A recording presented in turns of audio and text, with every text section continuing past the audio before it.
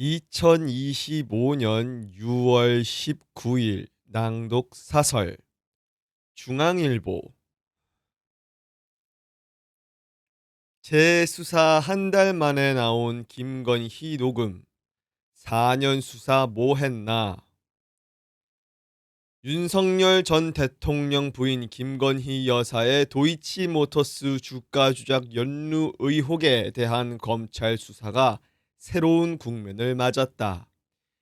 이 사건을 재수사하는 서울고검 수사팀은 최근 김 여사 계좌가 있던 미래에셋 증권을 압수수색하는 과정에서 김 여사와 증권사 직원의 통화 녹음 파일을 다량으로 확보했다고 한다.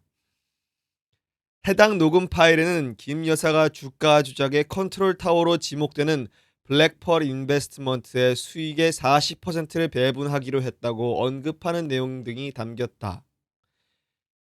김 여사가 사전에 주가 조작을 알고 있었거나 범행을 방조했을 가능성을 시사하는 정황 증거다.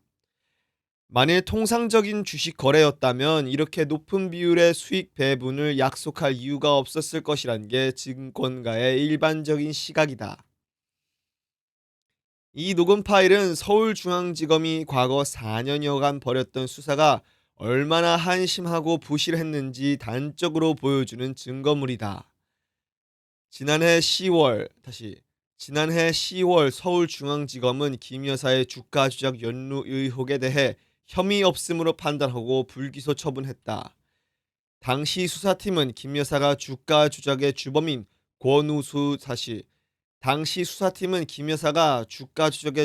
권오수 전 도이치모터스 회장에게 계좌를 맡긴 건 사실이지만 사전에 범행을 알지는 못했다고 결론을 내렸다.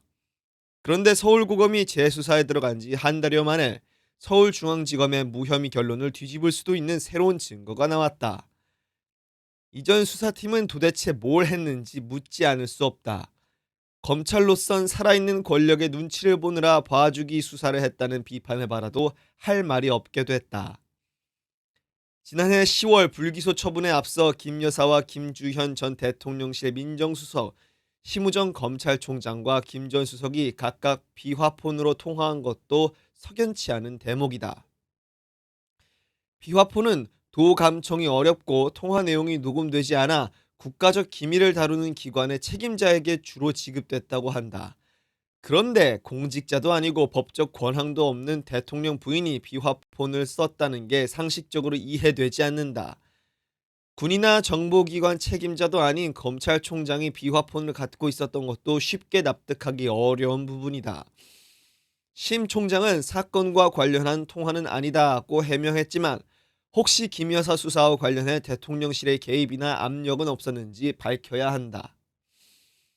김 여사를 둘러싸는 각종 의혹 수사를 맡은 민중기 특별검사팀은 본격적인 수사 준비에 속도를 내고 있다. 어제 합류한 4명의 특검보는 정치적 고려나 외부 압력에 흔들림 없이 법률가로서 어제 합류한 4명의 특검보는 정치적 고려나 외부 압력에 흔들림 없이 법률가로서 소명과 직무의 독립을 지켜나가겠다는 입장을 밝혔다. 특검은 신속하고 공정한 수사로 한치의 의혹도 남기지 않도록 진상을 밝혀야 한다. 앞선 검찰의 수사 과정에서 고의적인 부실 수사는 없었는지도 규명할 필요가 있다.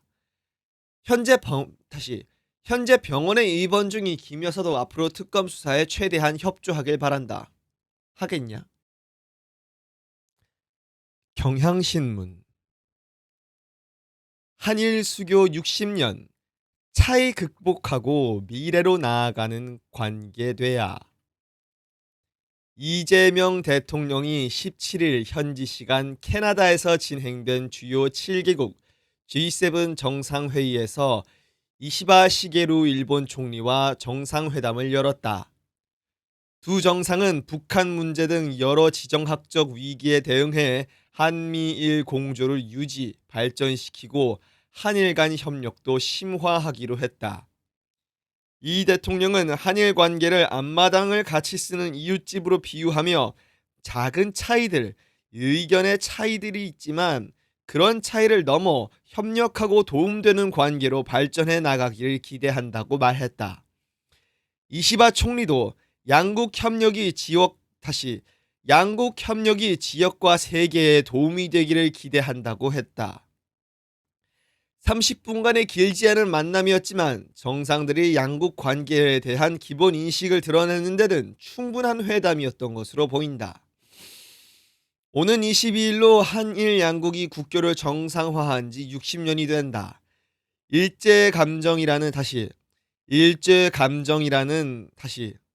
일제강점이라는 불편한 역사가 양국 관계에 여전히 영향을 미치고 있는 것은 일제강점이라는 불편한 역사가 양국 관계에 여전히 영향을 미치고 있는 것은 일본이 과거사를 제대로 청산하지 않은 탓이다. 일본은 갈수록 과거 잘못을 망각하거나 정당화하는 태도를 보이며 한국민을 자극해왔다. 전임 윤석열 정부가 강제동원 문제의 일본 책임을 100% 면제해주면서 일본이 물 반컵을 채울 것이라고 장담했지만 라인 사태와 사도광산 세계유산 등재 과정에서 보듯 전임 윤석열 정부가 강제동원 문제에서 일본 책임을 100% 면제해주면서 일본이 물 반컵을 채울 것이라고 장담했지만 라인 사태와 사도광산 세계유산 등재 과정에서 보듯 일본은 기대를 저버렸다. 물론 한국이 정권의 성향에 따라 대일 태도의 차이를 보인 것도 양국 관계에 부정적 영향을 미쳤음을 부인하기 어렵다. 하지만 미중 경쟁, 미국발 보호무역주의 대두, 러시아 우크라이나 전쟁 등 국제 질서 격변으로 한일 양국 간에는 차이브라 공통점을 부각하고 상호 협력해야 할 게 많은 것이 현실이다. 이 대통령이 이시바 총리와의 첫 만남에서 과거사를 언급하지 않은 것은 통상 갈등과 국제 정세 급변 속에서 지정학적인 이웃끼리 이 대통령이 이시바 총리와의 첫 만남에서 과거사를 언급하지 않은 것은 통상 갈등과 국제 정세 급변 속에서 지정학적인 이웃 국가끼리 협력, 공조를 통해 국익을 우선시하겠다는 이 대통령 생각이 반영된 것으로 보인다. 다만 큰 틀에서의 협력 강화만 강조해서는 건강한 양국 관계가 정립하기 어렵다. 한일 관계에 대해서는 과거를 딛고 미래로라는 김대중 오부치 선언이 여전히 금과 옥조다.